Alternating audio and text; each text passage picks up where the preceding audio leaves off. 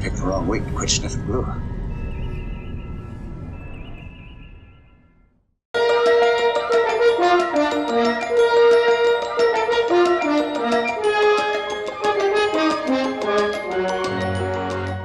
Welcome back, everybody. It's Monday. It's time for another fun week of model building here at the Aztek Temple, and I've got a kind of a mixed bag this week. I've got two kits on the table. I think we should be able to get through them okay. One is the product of 3D printing from the great Jeff Fink, and the other is a new kit that is not really new to me. It may be new to you. It may not be new to me because I've built a version of this kit months ago. As a matter of fact, I will put a link to the last build of this so you can see that. But this is the official release of it, and let's just bring you down to the table and play Meet the Parts. I've built this kit a few months ago, and I'll put a link in the upper corner for you to find that old video if you'd like. But I built this as a test shot. One, with the eye towards, the eventual template set for it, or painting mask set for it. But two, they wanted my opinion on it and say, what do you think? Does it build? Does it work right? And I sent my suggestions in, and some of them were listened to and some of them were not. But that's the way it goes. But here is the original. Now you can tell this is a test shot because it's cloudy. The inside was not polished. The mold was not polished, and I expected that. But it's a little bit cloudy. Here is the absolutely clean one. That is a beauty to behold and a joy forever. Now, this would have been out months ago if it weren't for the supply chain issues that had plagued the entire planet, particularly things coming out of China. So after a long delay, it's available. It's here now. It's, like I said, it's the 1/35th scale Chariot that is actually the proper scale to go with the big Jupiter 2 model. Now, if you have built the bigger Chariot model, this will be no surprise to you. It is virtually the same kit, but smaller. Now, there are some details that are lacking on this kit that are a necessary compromise to the reduced size. First thing you'll notice is that the treads are not a separate piece anymore. And the wheels aren't separate. This is all molded into one piece. Secondly, you'll notice that not only does the dome not slide, but the doors do not open, which is no big fault. I mean, something that big, if you can't see in through them, the doors aren't going to really add that much more value for you.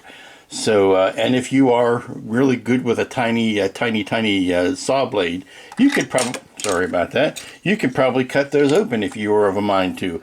I don't really think it's necessary because this has such a tight fit that if you really needed to get into it, you could pull the top off like I've done here. You don't even really need to glue that top down. The fit is so good on it. You can just pick the whole thing up if you need to. So losing the function of the door not opening and the dome not sliding is not as big a hindrance as you might think it is. And there's still plenty of room here to customize stuff should you want to, as far as customizing your own luggage and such like that. It's wide open for that.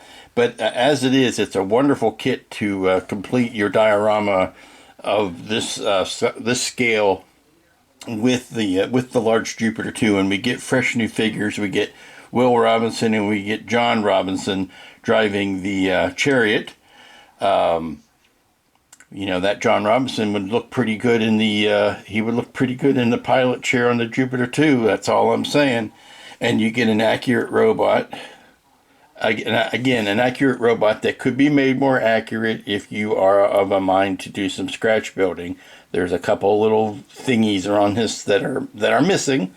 You will notice it, but it's not anything you couldn't take care of with some scratch building.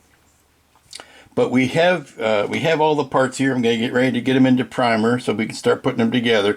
Now, I said I had done the template set for this, and that is true, but what I had forgotten to do was take any meaningful pictures of it. And I think that was at the time I was waiting to see if there were going to be any significant changes to the actual kit because I didn't want to take pictures that in the long run were going to end up being obsolete. So now that I know what the final thing looks like, I can kind of whiz through the building of it, show you the templates, show you how they're going to be used, and then show you the results, which is why I do any of this video. First thing you'll notice, and this I thought was, I don't know if I was the only one to suggest it, I certainly was one of the people to suggest it, was in the mock or in the test shot, you'll notice all of the seats have seat belts on them, which look great, except for the one John has to sit in. It didn't make any sense to have a seat belt there. He couldn't sit down, so I had to take a Dremel and grind him off of here. But you'll notice that on the commercial release, there are no seat belts.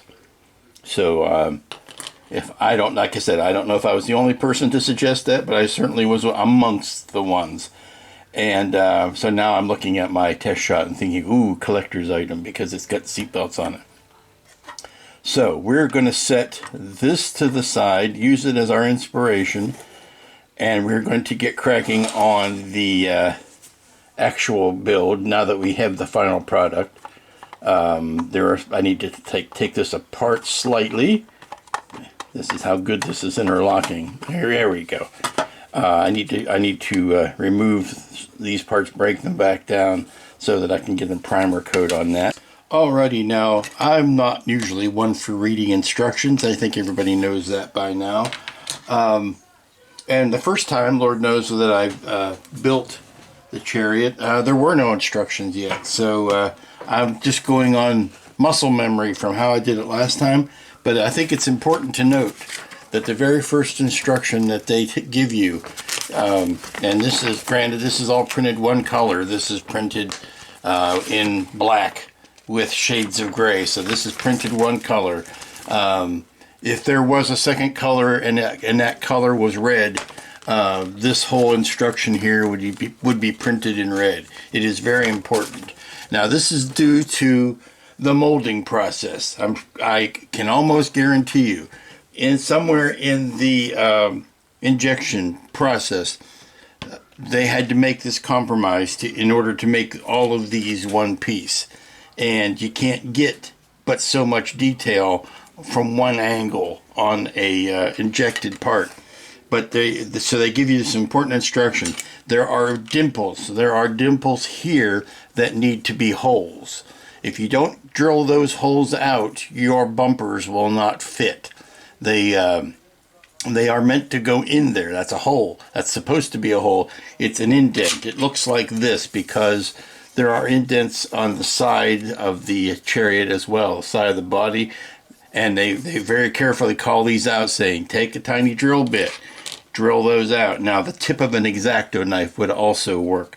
But luckily, I had this set of tiny drill bits, and probably the only useful thing I've ever gotten from Harbor Freight was a set of these drill bits. I mean, useful is the fact that long-lasting is the words I'm looking for. But just by taking sitting the drill bit in the dimple here and just giving it a little twist, you can cut these holes the rest of the way in. And like I said, I almost guarantee it's something that could have been molded in if this was a bigger piece. But the way it goes, see, you can put holes in it this way, and you can get these details in. But trying to put a hole in from an angle on an injection piece is not easy. So you can do raised details, but you can't do indents. So that's why they tell you to do this, and it's worth reading the instructions for. If you ignore the rest of them, at least follow this one. All right, so I've got the 4 drilled holes here. Now it's important that when you're drilling them, once you've finished, you may be tempted to drill them in, at a 90-degree angle to that curve. But it's important to know that you're going to be putting on the lower rung step, so it actually needs to be elongated so that your hole is actually drilled in, I would say, straight up and down from the side. if that makes sense, so that it's like that the angle of it is such that the that this step right here can be pushed in from the side. Okay, back to the Chariot. Now so far today we have done nothing but a bunch of priming. Now I want to start going into some actual painting. Now the treads here present their own problem because the rims of the wheels are white. They're like a gloss white. And then you've got the tires, of course, and then you've got the metal track. And those were easy enough to paint when they were separate. But when you put them all together, they don't spell mother, they spell mother blanking when it comes to trying to paint them. So the best way that I found to do that is to paint them and then mask over top of them and paint the next thing and mask over top of that. So we're going to start by painting the white rims, and then we're going to let that set up overnight, and then tomorrow morning we're going to start and we're going to mask those and then paint the tires, mask the tires, and then paint the treads. So let's start with getting out some gloss white in the old brush of air, and getting those painted. Now we can be as, I don't want to say we can be as sloppy as we like, but we can be pretty sloppy because we're going to end up masking these off. So we're going to start by overspraying these frames, and if we have to come back, we can do that.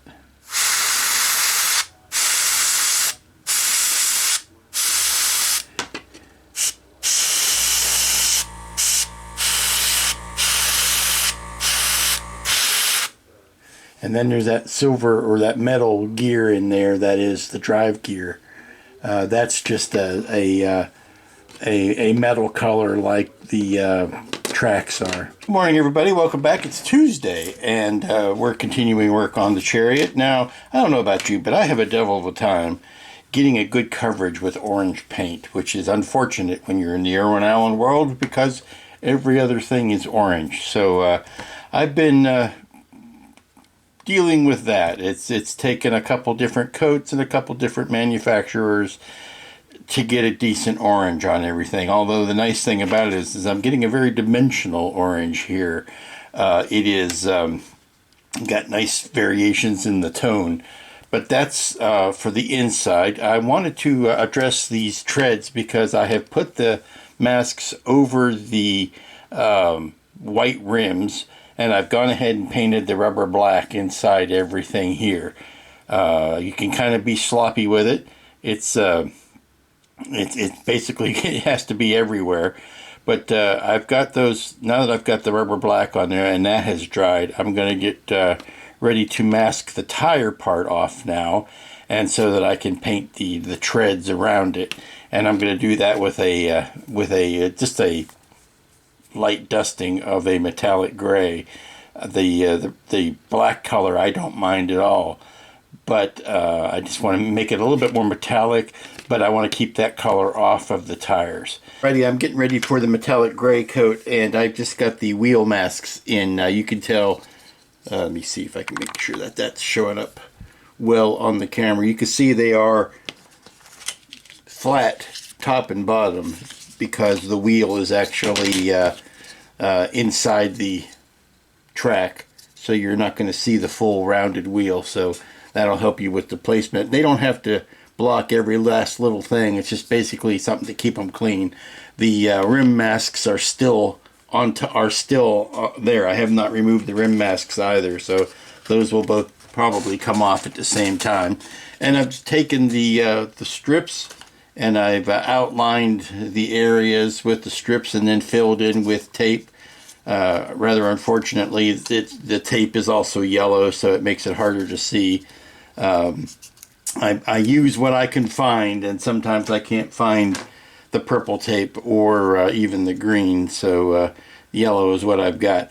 But underneath there you can see the yellow strips that will allow me to get right up close to the objects, and I don't have to be fumbling with a big piece of tape. I can put that tape over top, and I've also got the yellow tape along these edges here that I'll paint black after the metallic gray has dried. This one I'm trying one with and one without. This one has no, this is just masking tape, and this one has the yellow strip tape you can see underneath there. We'll see which one of them works better. Actually, I can tell. I can tell that I need to go back in and fill some of that in with the vinyl. I swear, I put something down and it just jumps right out. Let's see, I need about yay much.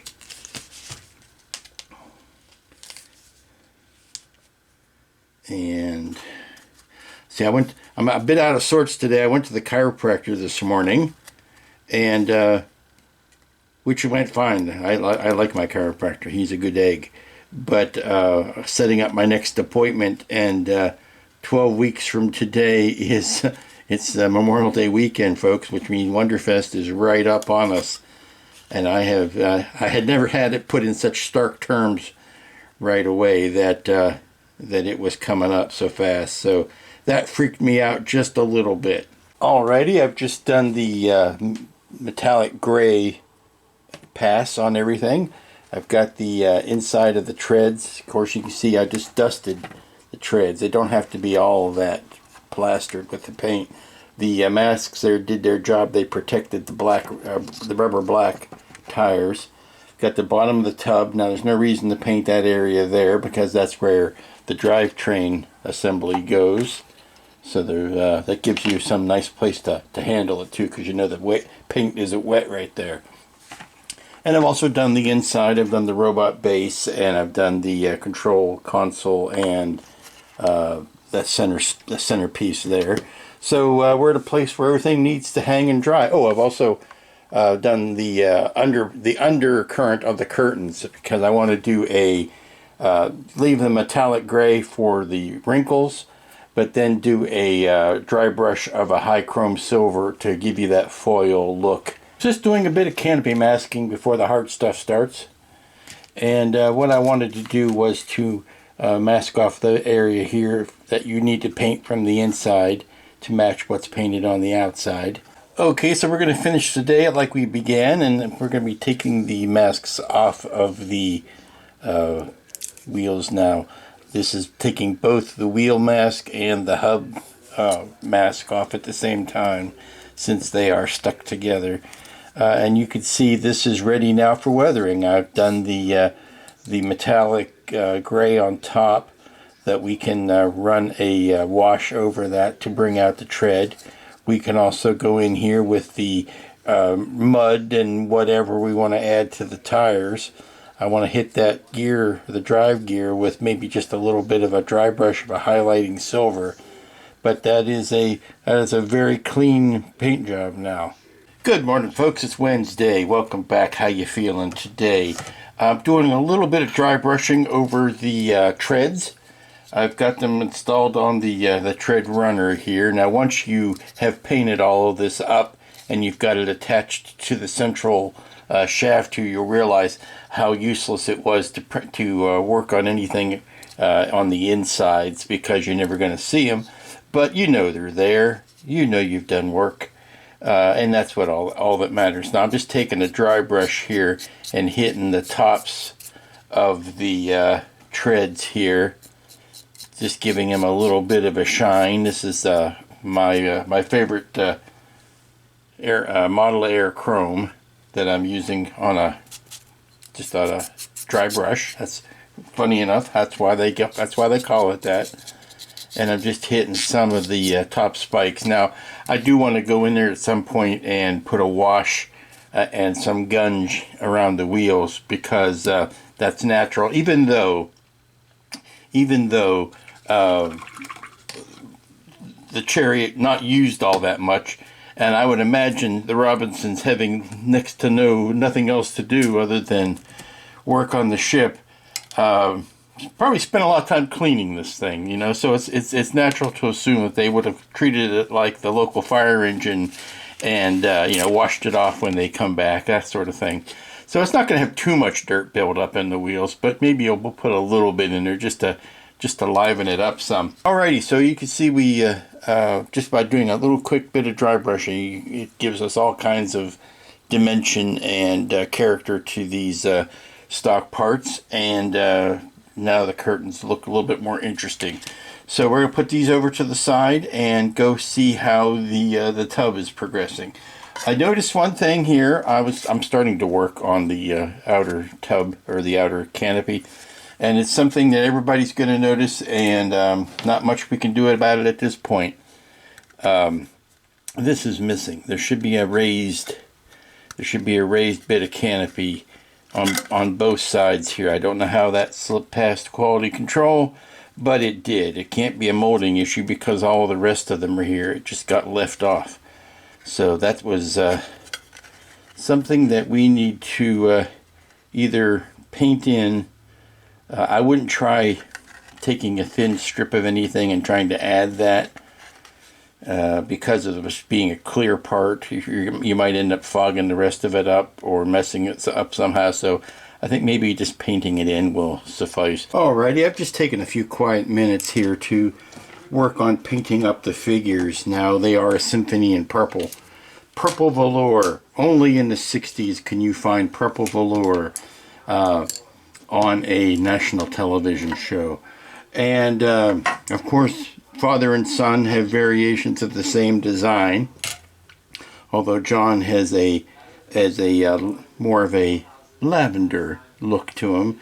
Young Will is more of a grape purple. I'm sorry, that was one I painted about a year ago, and this is the brand new one. I looked back on the video to check how I did a couple of things, because honestly I'd forgotten, and I've built so much stuff since then that I couldn't, can't keep everything straight. So sometimes I'll go back and look at old videos to decipher what paints I might have been using or what techniques I may have been using to save myself from making the same mistake twice.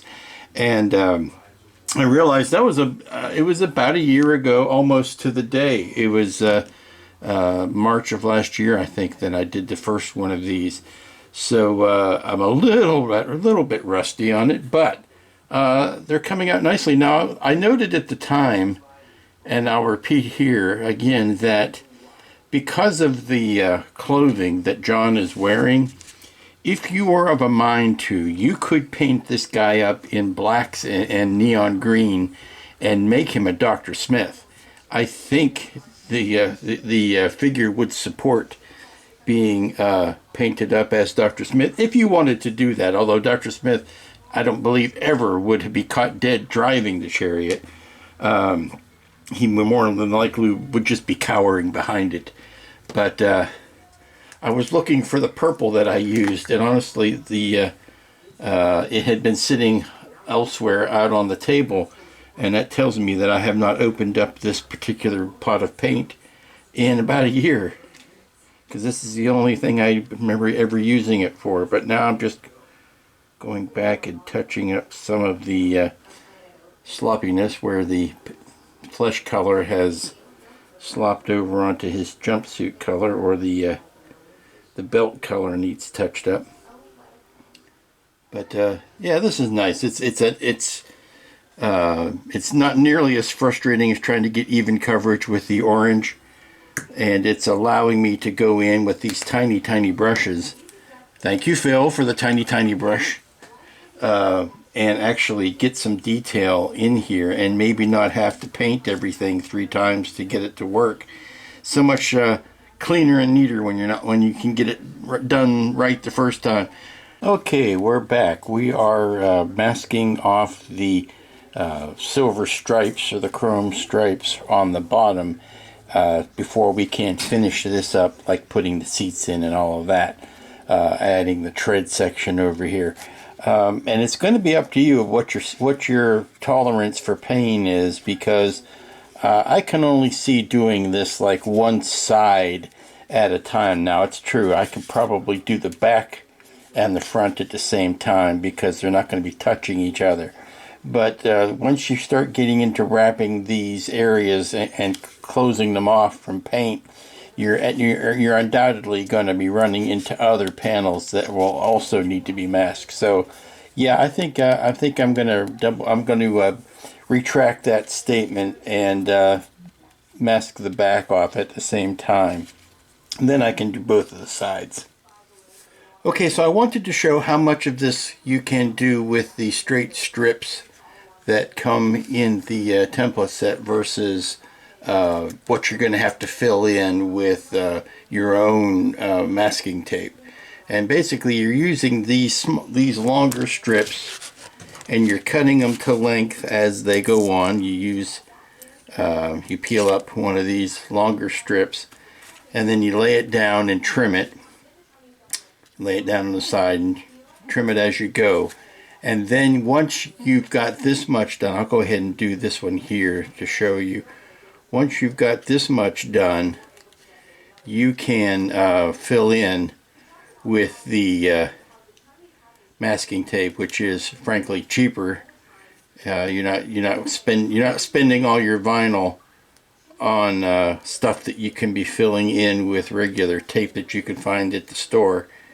And also you don't have to be as precise with your masking tape because you've got the edges, the tight edge is done with the vinyl, and then you can, I don't normally do this live on camera, so pardon the distraction, but you don't have to be as precise with your masking tape because you're not going all the way up to the edge. You just have to cover up the yellow vinyl.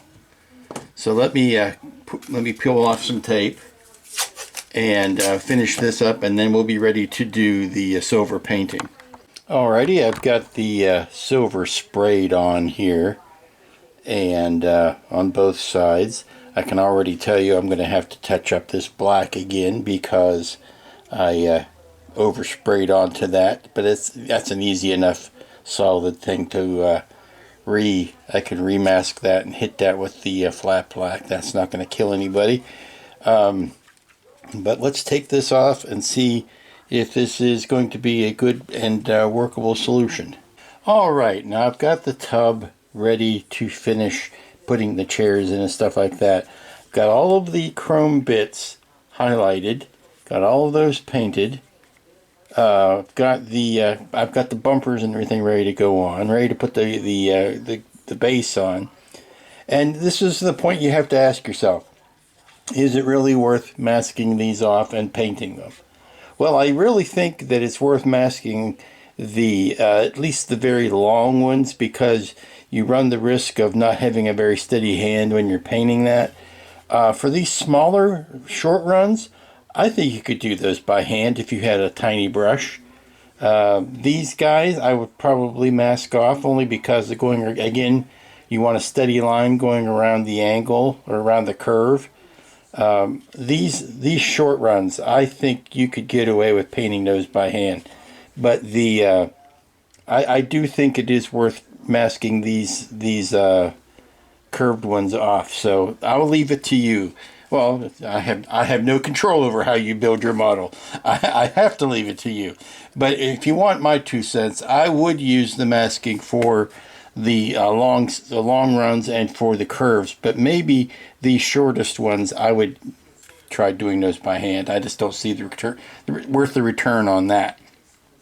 So now that this tub is done, now that this part of it is done, I can go ahead and do a lot of construction. I can put the seats in, I can put the curtains in, I can put the fender or the bumpers on, I can put the tread on, which is the big news, and the bottom step here.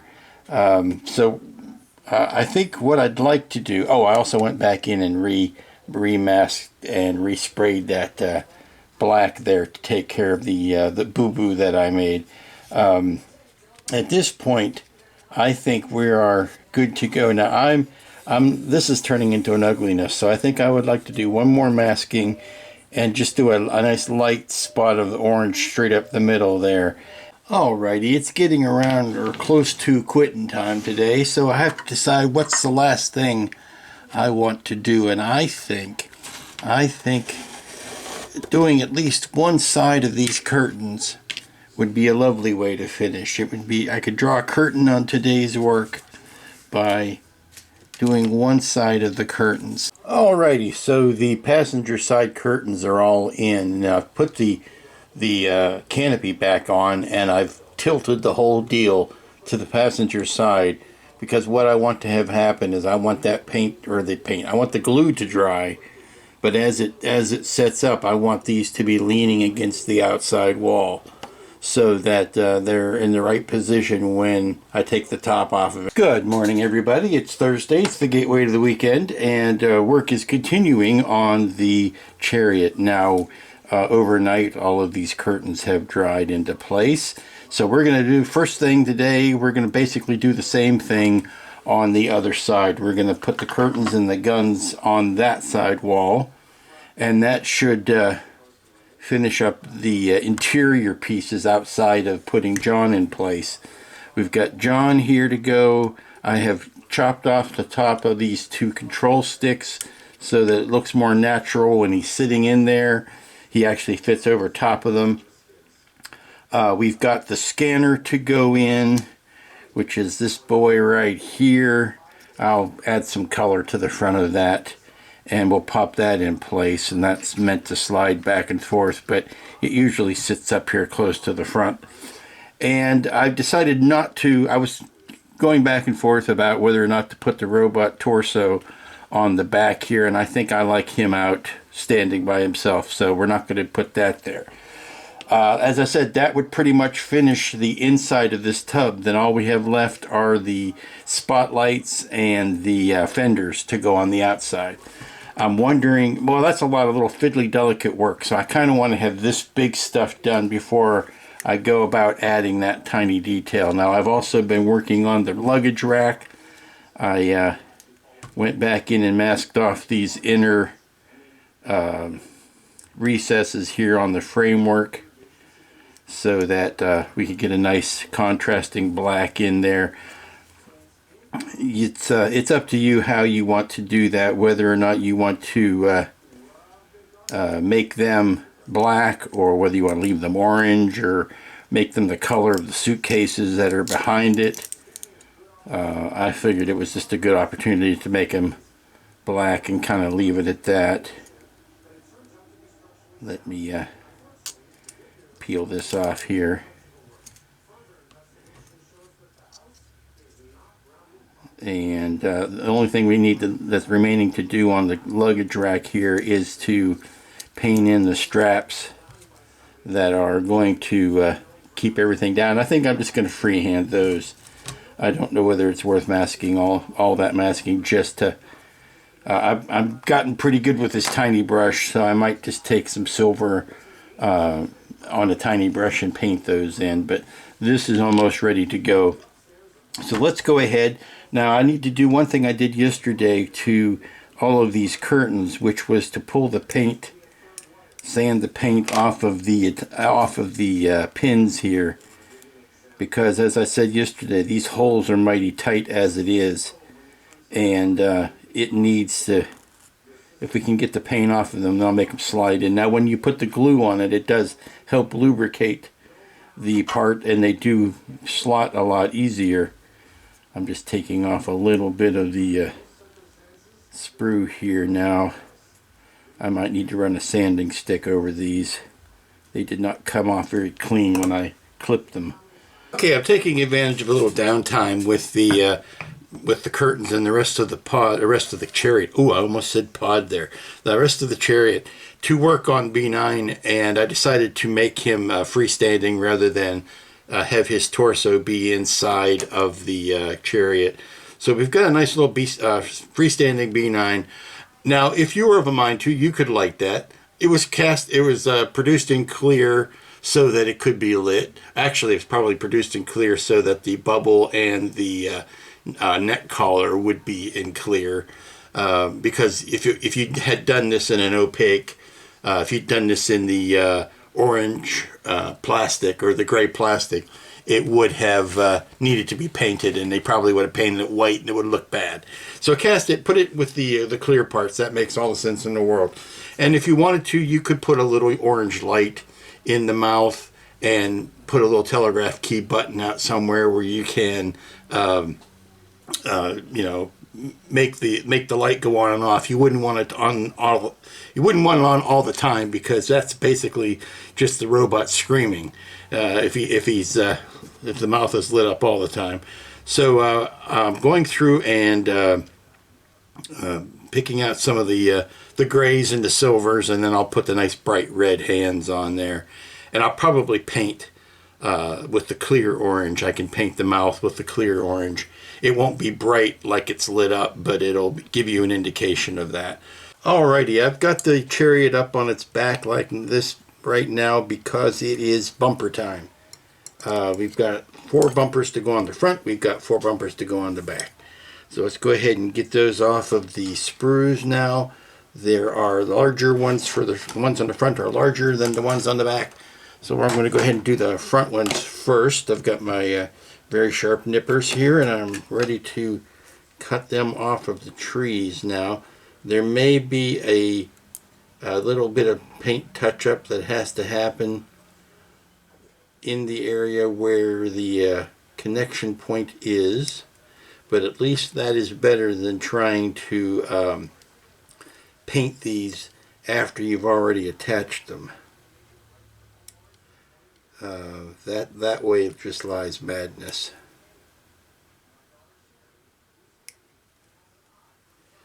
So there's 2, and again, the economy of duplication. You put 2 on the tree here, and then you just inject 2 copies of it, and you get your 4 pieces. Being very careful on this center one, because these things are fragile. They are fragile. They will break. There's not much plastic there. So having the very, very sharp nippers helps. Okay, so it's just a question of putting them in one hole and then clipping it around to the other hole. So turning my attention, now that the bumpers are all on, to the lower spotlights and putting the lenses on. And again, this is something that is easier done on the sprue than like painting, rather than waiting until you've got it clipped off and you're trying to fumble around with this tiny part. It's easier to do that while it's still attached, and then you can cut it off and pop it onto the underside of the Chariot. Now you see, that'll teach me. That'll teach me from talking in absolutes. I thought I was done. No, I've got 2 more. I've got the main headlights lenses to go on. And unfortunately, they have to have a silver ring painted on them. And that's going to be easier to do while they're still on the sprue. So I'm going to go ahead and get those painted. And, well, we'll put the side steps on like I mentioned. And then we'll go ahead and paint those and get those put on, and then we will be done with everything that has to do with the bottom of the Chariot here. Now these last steps here, they go in just right there, and these were the holes that we had to drill out, and hopefully I've made them large enough. I don't want to have to scrape the paint off of these steps to make them fit. This is a good time for you to pull out your trusty tweezers. Alrighty, I've got the first ladder in, the first side stepping in. It was just a question of cleaning off those pegs, and then also going back in and cleaning out the holes that we had drilled, because remember, when we put this coat of paint on and the primer, that's going to close those holes down a little bit. So just a clean out of what was there. And now this fits in like a glove, and we're ready to do the last one. Oh yeah, I've got the headlights, or the small searchlights in. You've seen that. I'm going to quickly clean this off and do the same thing, and then we'll be ready to set this aside and grab a bite of lunch. Alrighty, everything on the inside of the Chariot is done.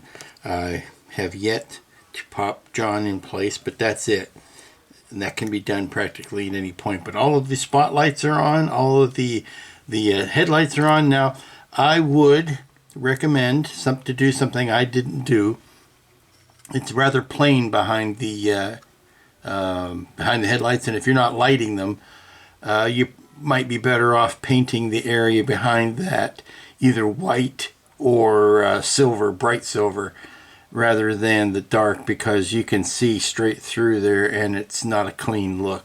I might end up actually touching the paint, putting a touch of paint on top of that just to hide that a little bit. But this will show you what luck, what province luck has on your build. Those were painted exactly the same way, built the same way, glued the same way. This one here had a touch more of the adhesive in there, so when I pushed the clear part in, it turned all orange and ugly inside.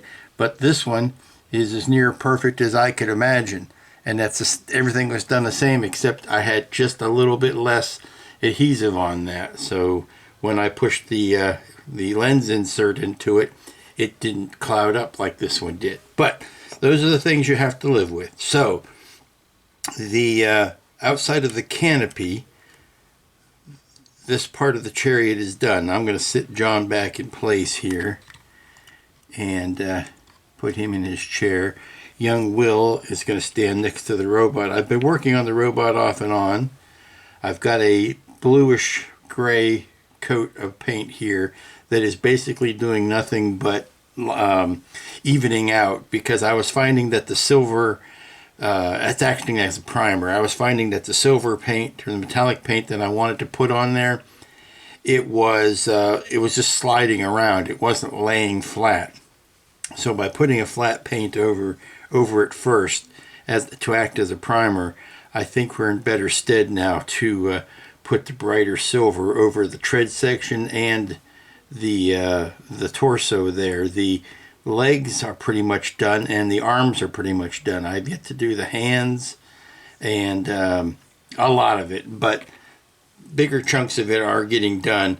I think we are ready now to put all of this to the side and start our serious work on the orange inside striping on the canopy. Okay, so it's a little late in the day, but I'm finally getting around to getting the orange vinyl stuck to the inside of the canopy tub. Now the first things I wanted to start with, and I recommend you do the same, are what I call the double wides. These are the ones that cover two different panels. Like, it's basically the frame of the door, where you would have a single piece of metal on the inside, and then right next to it you have where the door would be, which has its own frame. And then from the outside it looks like this. And these are the easiest ones to put down, which, being the huge coward that I am, was why I started with them. But I would also recommend you do it this way, simply so that you get used to the idea and you start figuring out if this is in fact for you.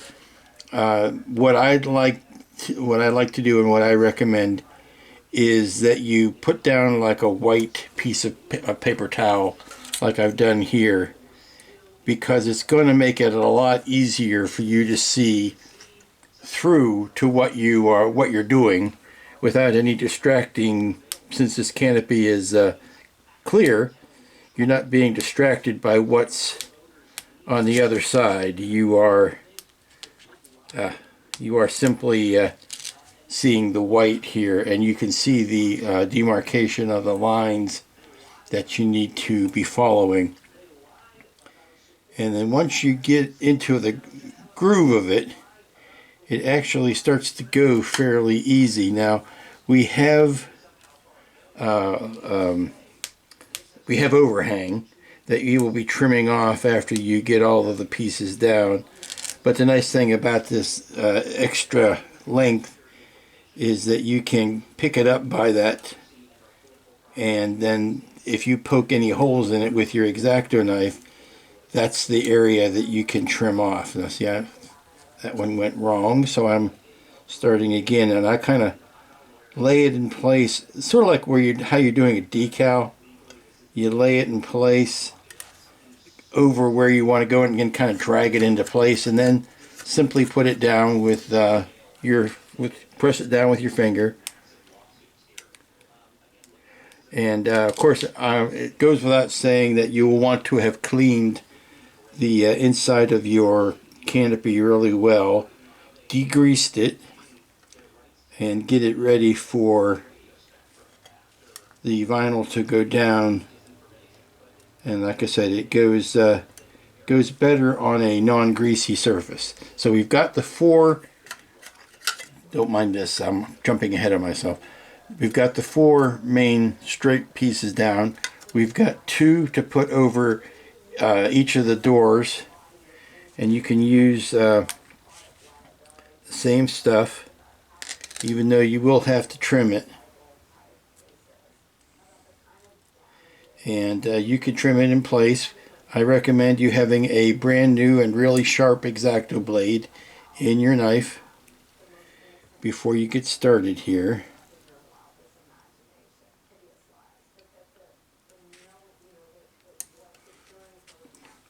Now, that one went down crooked. And before you put any terminal amount of pressure on it, you can wiggle it back up in place. Now you want to be careful that you don't gouge the clear canopy with the blade. You don't put a scratch in there that you're never going to be able to get out, because that will just make you really sad. So push that back up into place, press it down, and then just give it a little trim. You can hear it slicing. You can hear a little click when you are cutting through it. And there's your 3 sides of, again, make it easy so you're not looking through it and seeing the next one or seeing the opposite wall. If I do this, then you can see. Now all we need to do is trim the bottoms, and that's easy enough to do. Just cut it this way, or again you can trim it using this sideways method. But let me do these 2, and then we will go on to the thin vinyl, which is used for all of the rest of the framework.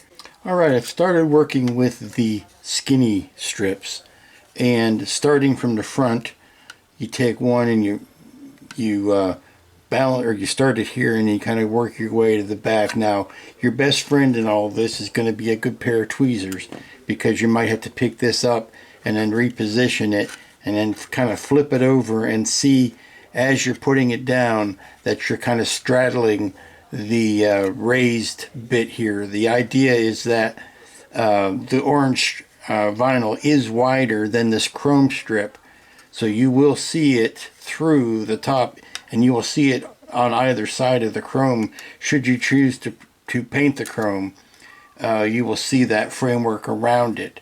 Now, it's not going to go all the way to the back in one piece. You're going to have to piece it together, and you may think that's not a great idea, that it should be in one piece. Trust me, when you start working with these lengths of vinyl, you're going to find that the shorter the piece, the better, because you are not having to juggle it and twist it and do all that kind of stuff. I do recommend that you use that you don't split any of your pieces in any of the corners here. You may cut it at an intersection where 2 pieces join, but you're going to want to have the full adhesive power when you wrap this around the corners, so that everything sticks into the inside radius when you have the opportunity. So we've done the first 2 going this way. I want to do a long one wrapping here and wrapping here, again from the inside. I am continuing putting in the thin strips. I'm starting with the full length of the strip, and then as I am cutting it, I am seeing where that cut piece might fill in another area. For example, once I did this, I did this piece here, I was left with about that long of a piece. Well, that fits right in there just fine. So rather than, I'm starting with the longest lengths and using them in the longest places. That way I am sure I won't run out of the long lengths when I need them. But it is possible that you might have to piece some things to, piece some lengths together out of smaller pieces. I am going to try to do this back all in one go here because it does not change direction. It curves in on these two corners, but does not change direction horizontally, if that makes any sense. There are some pieces that do. Like, I wouldn't try to do this and then shift down to there because of that angle change. I would do it from here and then stop it at that point, and then wrap one this way, wrap this way, and wrap that way, because it's all of the same, it's all in the same plane. It doesn't, it's okay if it curves in on itself as long as it doesn't change direction.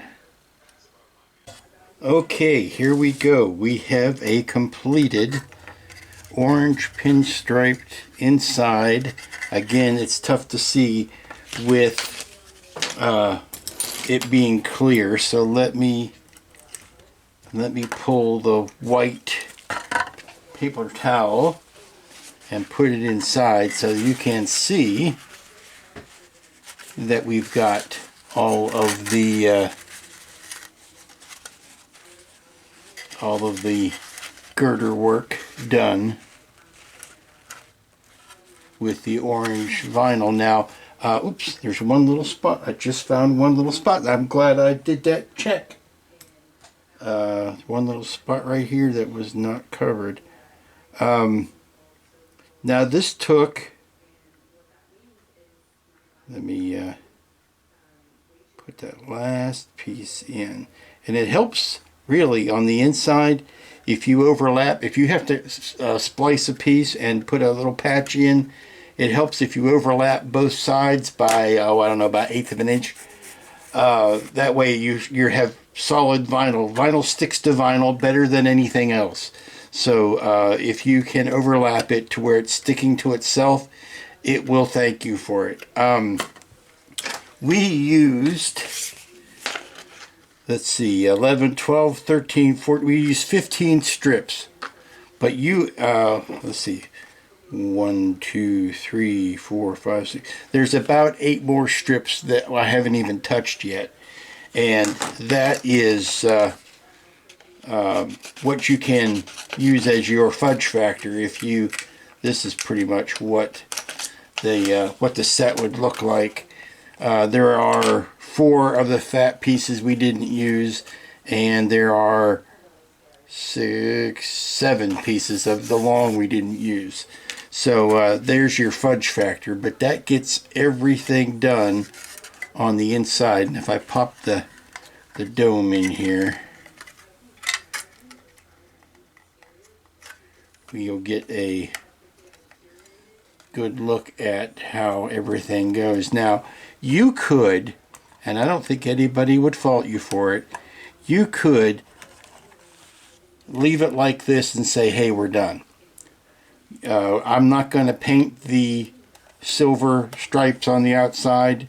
I'm just going to leave it with the orange from the inner frame. You could leave it that way, and I don't think too many people would fault you for it. But we're going to take it to that next step. We're going to paint the outer raised edges here with the silver. Now, to do that, we need to mask up to them, and that's why we have a whole nother ton of yellow strips to do that. I thought of doing individual panels and then have it cover the whole panel, but I think the strips, once you get used to working with them here, you don't want to have to unlearn all of that for making the big pieces. I think I'm going to end up making specialized pieces for the corners, I believe, but everything else is just going to be straight strippage. Good morning, everybody. It's Friday. It's the last work day of the week. It could be the last work day on this Chariot, depending on how smoothly everything goes. I have the inside. Yesterday, you saw me put the inside framework in. Today, I am starting to lay out for the outside trim. And what I'm doing is taking these straight strips that come with the template set, and I'm laying them on either side of the very thin raised frameworks. Now we're going to find out. This is a trial balloon, if you will. We're going to find out if that silver can be painted, if it's going to be painted. When you remove everything, is there enough surface area left that it's not going to... Oh, shut up, Mr. Compressor. I'm afraid once we take this off that the silver paint that we put on there is just going to get rubbed off, that there isn't enough oomph there to hold it. So we're going to find that out. But what I've done is I've started with these, basically the longest strips. It's tough to see here, I understand that. But they're about 2 inches long. And I'm just doing all of the straight bits that go across the unbroken straight runs. Now all of these have intersections and all of that, and we're going to do those with smaller pieces, but these are the single longest strips. Now you'll notice this one and this one aren't long enough to cover the full length. That's okay, because we're going to when we put the side rails in, it's going to cover some of that, and if we need to patch anything in, we can. But I figured the easiest way to do it would be to start with these. Now even these needed a little bit of a trim, and what I did was I just laid it in the first corner here, smoothed it across, and when I came to there, I just went into that crease with a toothpick and made it a real sharp crease, and then sliced it with a very sharp X-Acto knife. Pulled out that tiny little bit, and that's how we're going to end up trimming the rest of these. Now I'm starting to work on these vertical bits on the side, and I've decided that I can make this consistent height, which is a bunch of these. I'm just going to go ahead and make strips that are already that size, so we shouldn't need to do too much of any trimming for those. And then we can fill in with the on the curves and on these smaller lengths with whatever scrap pieces we have left. Alright, so I've got the verticals in on this wall. One of the things I'm doing as I'm counting is I'm making sure that each set is going to have enough strips. I've already doubled, well not doubled, but I put another grouping of the orange strips on the orange templates since yesterday, so that there would be even more extras in case you need them. And that's what I'm doing here. I'm making sure that everything can be accomplished with the one set, and then that will tell me if I need to add more or less. It's almost never less. It's always more. But which stripes of which thickness? Now we've got these thicker ones I'm doing on the very obvious straight spots where everything is good and straight and level. I've got a set of thinner strips that are going to go where something has to bend or curve, and then I've got a set of the four corners, and that's probably the hardest figure, is to make sure that those bend around. I have to cut relief darts into the piece so that it'll wrap around the compound curves. So we're good on the side. You'll notice these ones here are thinner, and these ones areas are thicker, and that's because this is where the frame doubles up. There's a post and then the door frame. Alrighty, I got a bunch done, and I'm starting on the other side. I've got all of the verticals done along the bottom here, and in combination with some of these horizontals, well, that means some of the windows have actually started to finish. But now I'm going to go around and do the horizontals on this, and then we'll move up to here and do these rounded ones. But I want to get the base windows done first, and I think these ones too are going to be they're going to be fun because they're just a little bit wider than the actual strips themselves. So I think if I could put one in against one side, then I can just double up and put another one next to it, and it'll fill in that area completely. Okay, I think I've got the corners nailed down, or at least the front corners. What we need to do is, because this is such a compound curve, is that I've cut little pleats in it. So what you do is you attach to the known corner, which is this one right up front. You get that part to line up right up here, and then you work one angle towards the back. You work this angle towards the top. Pull that out so that that is, make sure I'm in camera.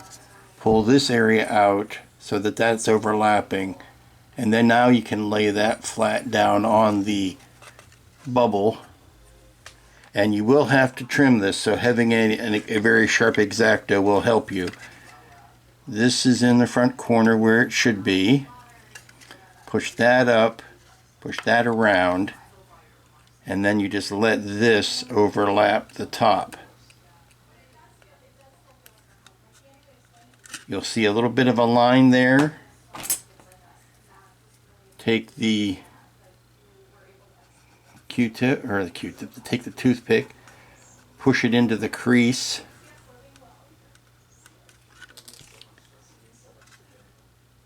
Take your very sharp blade, trim into the line you just pushed into the crease. Pull off the over bit.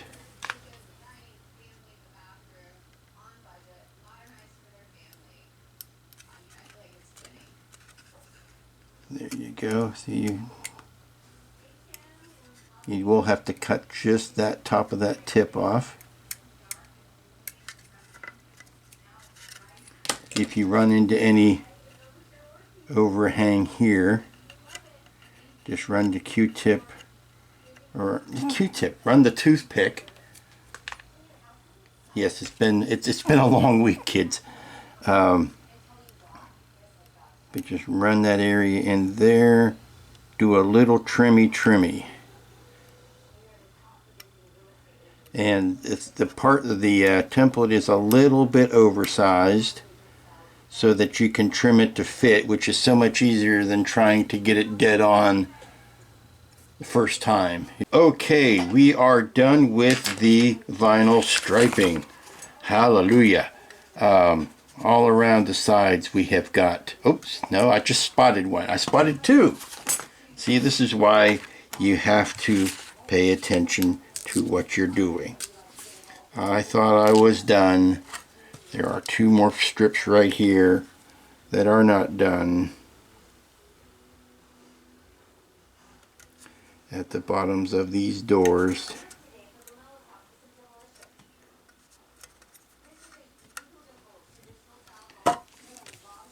But the good news is it looks like there is enough material in the set to do everything you need, and then have some left over, which was the goal. Now, fill in the centers of all of these. I'm going to leave this one. I'm going to spray that. I've decided to spray that to brighter silver. I got to tape this up though.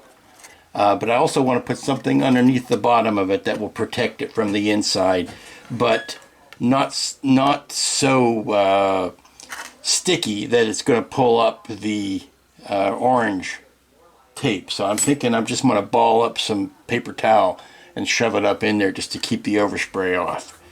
But let's finish this with the tape, which is also yellow, to get this ready for the chrome spray.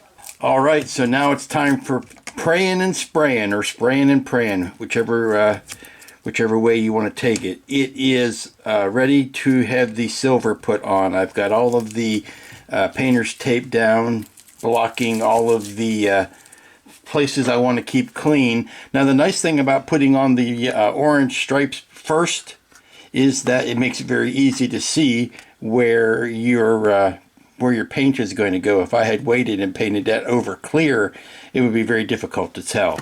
So I'm going to stuff some paper towel up inside there, mix up some Tamiya chrome silver, and get to spraying. Okay, we're ready to start painting. So wish me luck. I've got the paint in the brush. Going to do very low pressure. I just saw a spot that wasn't covered that would have been the first thing to get. A little bit of silver paint on it, right on the top. Just when you think you're ready, it always pays to double and triple check. That's actually a little big.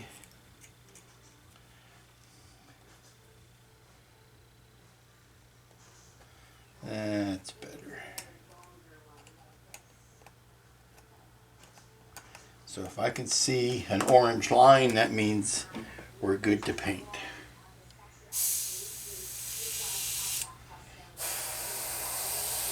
I might want to just bump the pressure up just a little bit. The silver paint is thicker.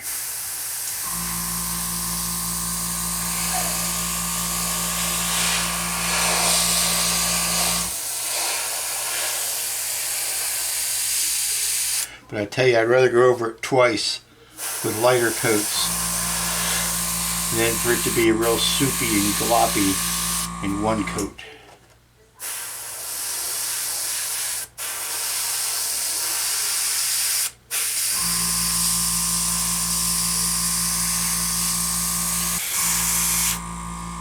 Okay, we're going to let that sit, and then we're going to come back to it maybe in half an hour, give that a chance to set up, and then maybe come back and hit it again in about a half an hour to give it another light coat.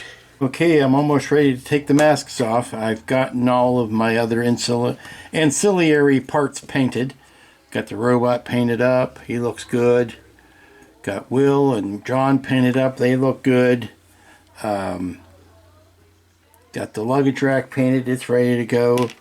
The only thing left to do would be to pull the masks off of that and then finish adding the details like the steps, the ladders, there's a couple spotlights there, and the luggage rack, and then the radar dish. So let's start on this. I'm going to do this very carefully, very cleanly, very slowly.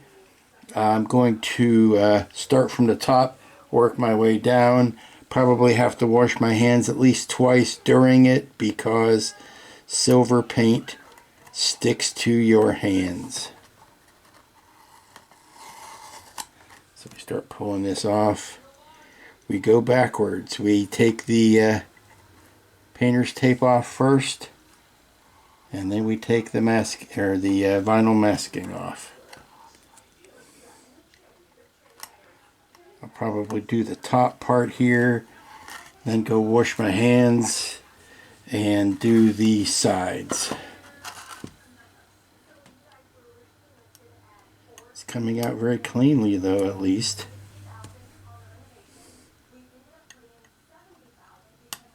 Again, making sure we don't gouge the clear plastic. Now we're not going to be able to spray any sort of sealer over this without fogging up the plastic. So we just kind of have to take it as it goes and try not to be too rough on it after we are done. Saws and hand springs, my friends. It is done. There's a couple little spots that need cleaned up, but I'm 99% happy with it. There's one little panel here, and I don't know if that's on the inside or the outside, where it looks like there's a tiniest little bit of overspray, and I am up to my elbows in these tiny little pieces of yellow vinyl that are driving me bananas. Every time I think I've got my hands cleaned off, I pick up another one. So I don't know if that's on the inside or the out, whether I should try to take a Q-tip with a little bit of thinner on it and see if I can clean that up. Now the thinner, the Tamiya thinner, does not fog up styrene. So I can do this, and I don't think that's on the inside. I think that might be out here. And then very quickly dry that off. No, it does look like it was on the inside. So much the better. That might have been just a little bit of fogging, even though I had the inside stuffed with paper towels. I think I might have gotten a little bit of the fogging in there, but not so much that I couldn't clean it up. Actually, this is doing away with some fingerprints at the same time. So, yay and happy.